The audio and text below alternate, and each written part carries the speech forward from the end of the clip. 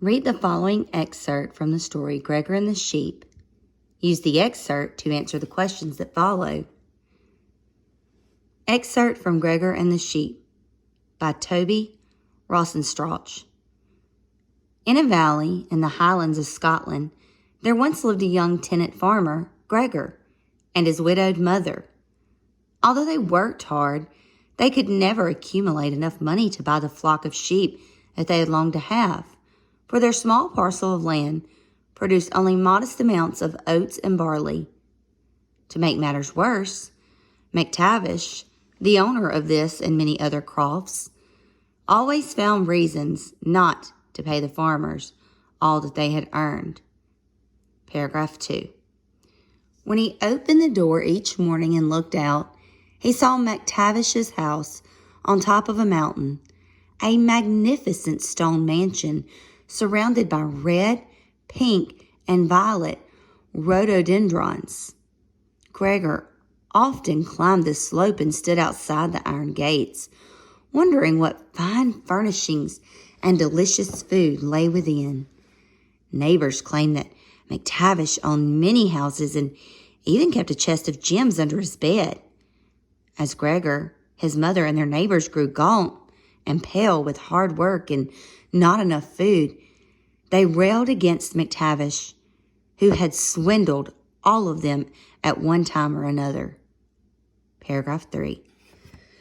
One day, as Gregor listened to the bagpipe music that dried from the open windows of McTavish's mansion, he had an idea.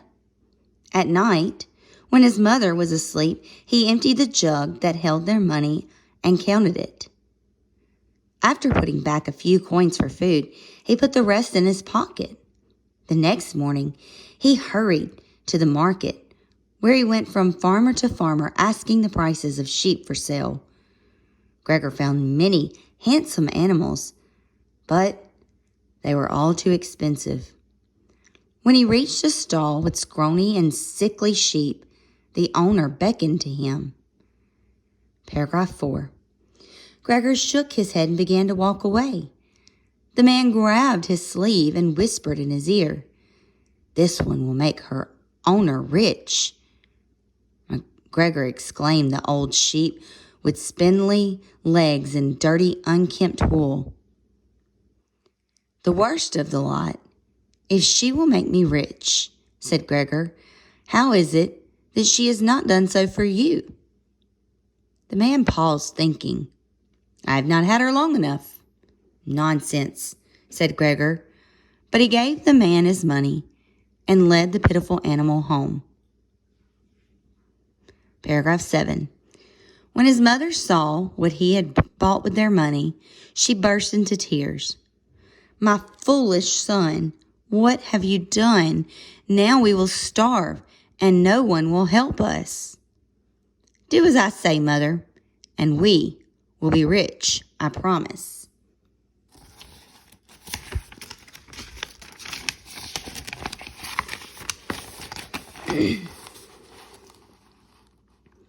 She wanted to believe him. Wiping her eyes with her ragged sleeve, she asked what he wanted her to do. "Go to the market and tell everyone that your son has a sheep that will make whoever owns her rich," said Gregor. One morning, a carriage arrived. 2 servants opened the door, and a stout, well-dressed gentleman emerged. His tartan kilt was made of the finest wool. His ascot was pure silk, and his shoes had silver buckles. On his fat fingers were 8 gold rings, and his pomaded hair glistened in the sun. It was McTavish.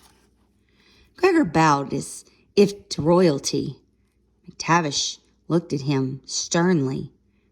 "I've come to rid you of the unfortunate sheep that everyone is talking about," said McTavish, opening his sporran. "I can pay your price, and I will have her, even though she has done nothing for you, I see." McTavish sneered at Gregor. Gregor hugged Dearwan. "I will not sell her to you." At that, McTavish, whose servants were helping him into his carriage, turned and marched back. "I will pay anything," he said. "Name the price." Gregor was ready. "That," he said, pointing up to the mansion above them, "I will have the dwelling and everything in it, furniture, utensils, even the chest of gems under your bed." "Done," said McTavish. The next day, Gregor and his mother moved into the mansion that had once belonged to McTavish, and McTavish brought Dear One to the market so that all might see he could indeed own anything that he wanted. Then McTavish and the sheep rode away in his carriage to another of his houses in a valley beyond the mountains. After months had passed and the sheep had done nothing to increase McTavish's riches, he realized he had been swindled. Furious beyond speech, he returned to the mansion, but Gregor would not open the gates. "I have been cheated," shouted McTavish. "You have not been cheated," said Gregor. "I was the owner of the sheep, and she has made me rich, hasn't she?" "Yes, but," sputtered McTavish. "Then you got what you paid for." Gregor turned and walked away.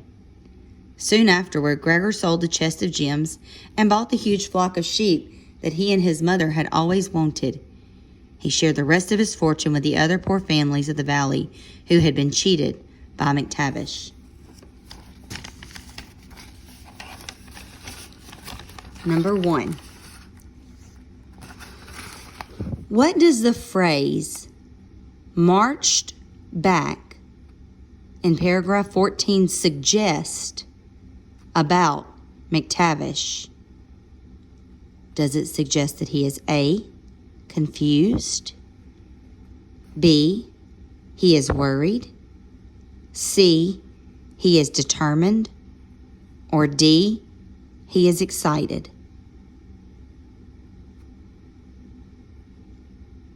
Number 2. How are Gregor and the man who sold the sheep to him similar?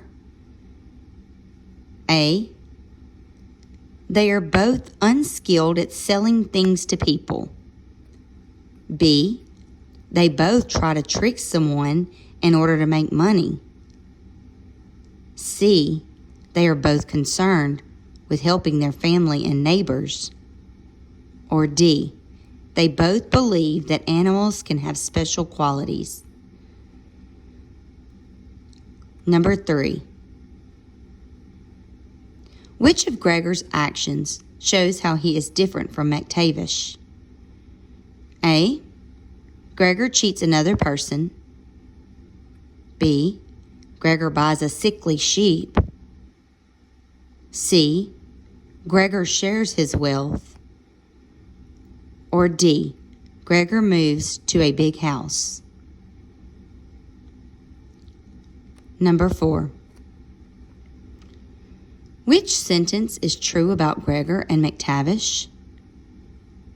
A, McTavish has a plan for how the sheep will make him rich, but Gregor does not. B, McTavish wants to own big houses and many jewels, but Gregor does not. C, Gregor wants to move away to another land, but McTavish does not. Or D, Gregor is generous with his family and his neighbors, but McTavish is not. Number 5. Which sentence expresses a theme of the story?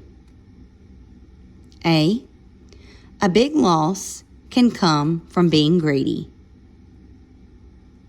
B, family can make hard times seem easier. C, wealth may come from hard work. Or D, appreciating others can lead to happiness.